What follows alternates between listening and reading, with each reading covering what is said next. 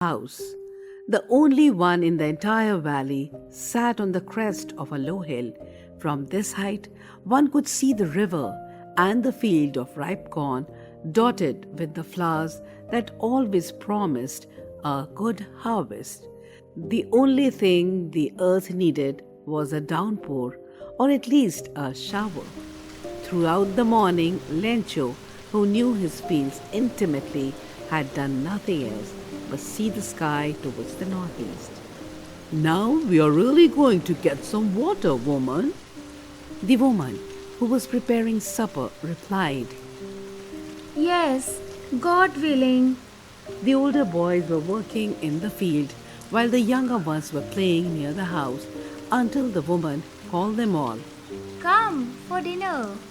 It was during the meal that, as Lencho had predicted, big drops of rain began to fall.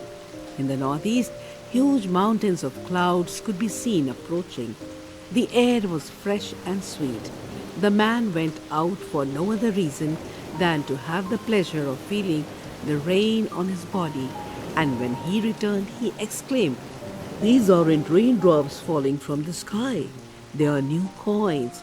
The big drops are 10-cent pieces, and the little ones are fives."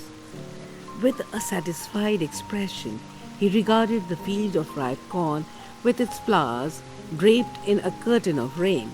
But suddenly, a strong wind began to blow, and along with the rain, very large hailstones began to fall. These truly did resemble new silver coins. The boys, exposing themselves to the rain, ran out to collect the frozen pearls. "It's really getting bad now," exclaimed the man. "I hope it passes quickly." It did not pass quickly. For an hour, the hail rained on the house, the garden, the hillside, the cornfield, on the whole valley. The field was white as if covered with salt. Not a leaf remained on the trees. The corn was totally destroyed. The flowers were gone from the plants.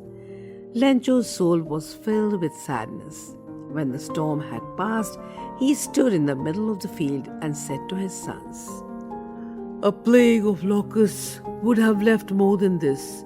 The hail has left nothing. This year we will have no corn." That night was a sorrowful one. "All our work for nothing." There's no one who can help us. We'll all go hungry this year. But in the hearts of all who lived in that solitary house in the middle of the valley, there was a single hope: help from God.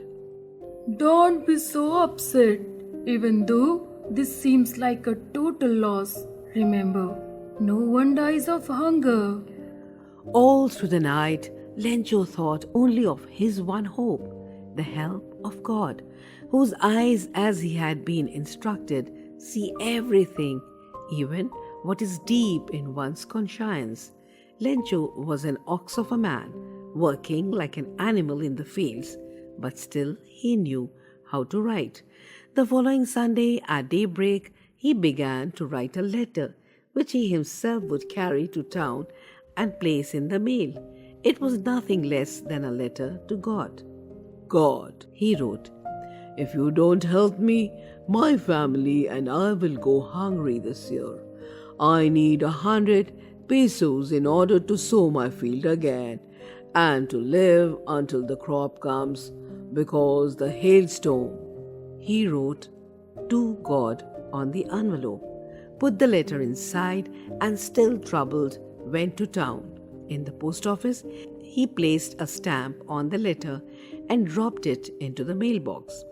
One of the employees, who was a postman and also helped at the post office, went to his boss, laughing heartily, and showed him the letter to God. Never in his career as a postman had he known that address. The postmaster, a fat, amiable fellow, also broke out laughing. But almost immediately he turned serious and, tapping the letter on his desk, commented, What faith! I wish I had the faith of the man who wrote this letter, starting up a correspondence with God. So, in order not to shake the writer's faith in God, the postmaster came up with an idea: answer the letter. But when he opened it, it was evident that to answer it, he needed something more than goodwill, ink, and paper. But he stuck to his resolution. He asked for money from his employees.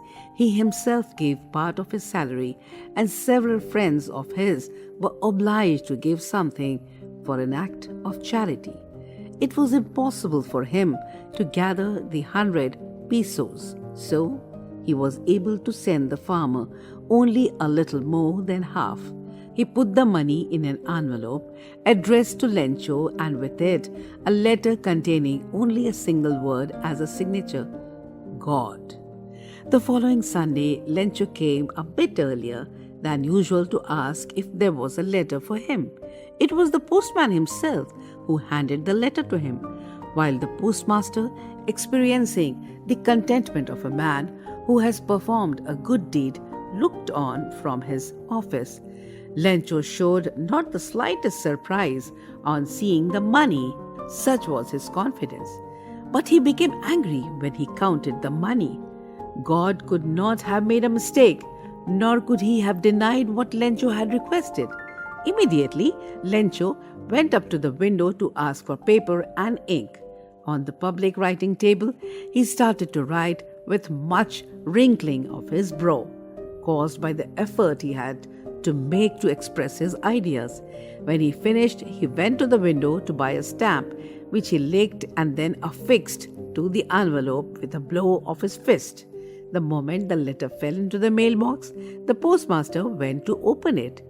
It said, God, of the money that I asked for, only 70 pesos reached me.